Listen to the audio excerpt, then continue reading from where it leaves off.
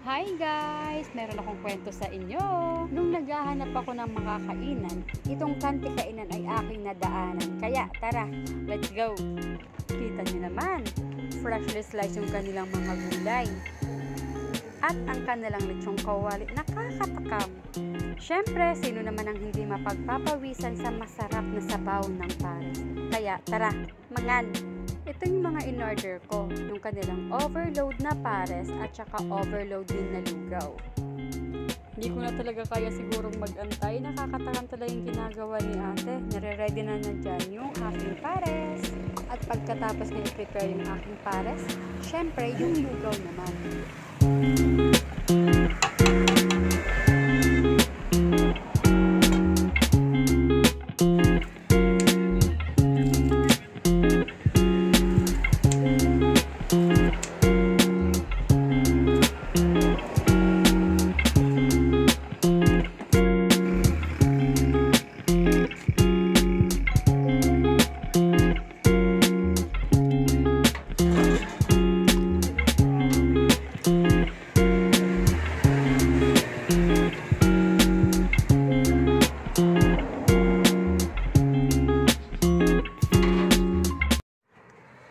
Ito ang lugaw overload. Meron siyang tuwalya. Tapos meron siyang lechon kawali. At saka itlog. O, diba? Overload na overload, oh. Oh. Tikim muna bago timpla.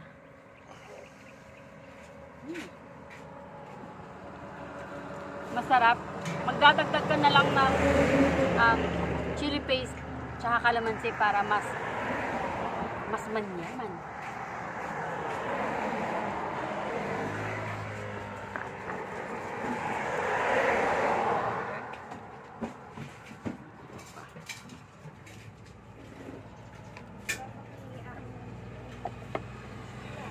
Ay, karamon din.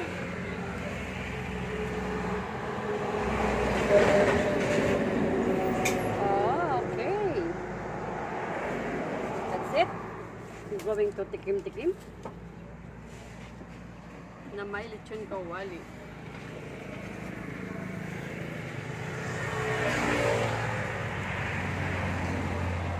Init.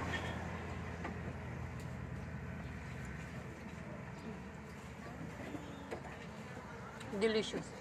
Tama nga ako. Mas na-enhance yung flavor nung naglagay ako ng kalamansi at saka ng sili.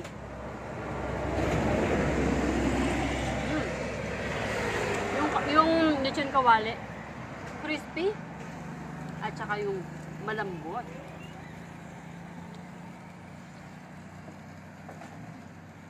Tikiman ko naman yung tuwalya. Kanyang tuwalya. Tikman ko na muna yung mismong tuwalya.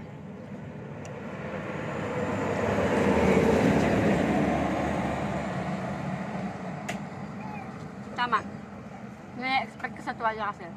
Pagkainin mo, ano siya, parang smooth and silky. Pero meron pa rin siyang texture. Meron pa rin chewiness.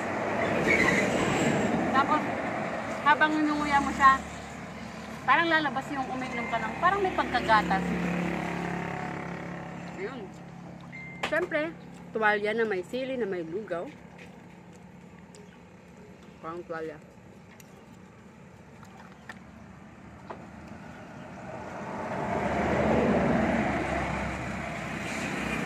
Wow.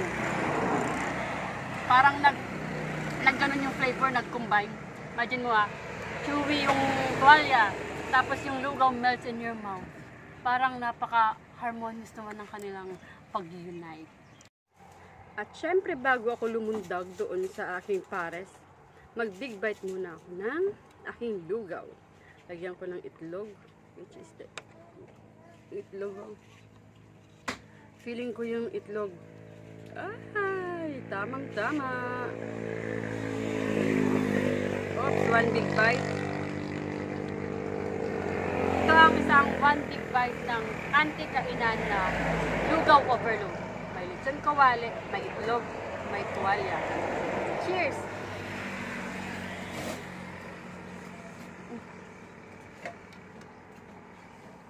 Sarap.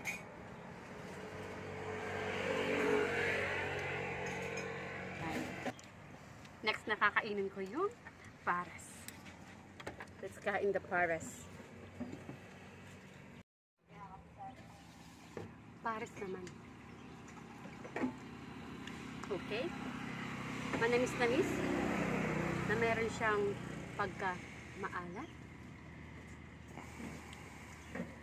Na may sarap ng lasa ng pinakuluan talagang baka. And ito na yung taba-taba. Melts in your mouth. Hindi ka magkakamaling kumain tumikim nito. Isa pa. Melts in your mouth talaga. Well, gagawa ako ng big bite. May kanin, may sabaw, lagyan ko na ng itlog. Ito yung pares overload. Yan, itlog. Lagyan ko na rin ng lechon kawali. Tapos yung taba-taba. Siyempre gulay, kukuha na rin ako. Hindi pa ako nag-add-ons dito ng calamansi or chili. Ito pa lang yun. Basic.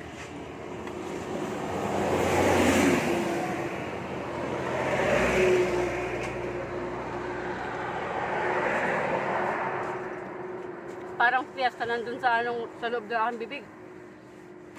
Dahil sa pagiging crispy ng lechon kawali, parang pumuputok pagka nakagat mo. Tapos may malumanay dun na taba ng baka. Tapos parang may nagmamarcha ng mga kanin. At mayroong humahabol ng crunchy mula dito sa gulay.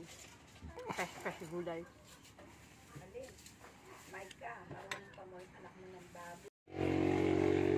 Lagyan ko ng kalamansi. Flavor enhancer ang kalamansi. Wow! Ako nag-declare. Masarap na, mas lalo pang papasarap. Yummy delicious ang kanilang overload na lugaw at saka pares. Kaya kung ako sa inyo, takbo na dito. One full bite para sa inyo aking mga manonood. Bye-bye!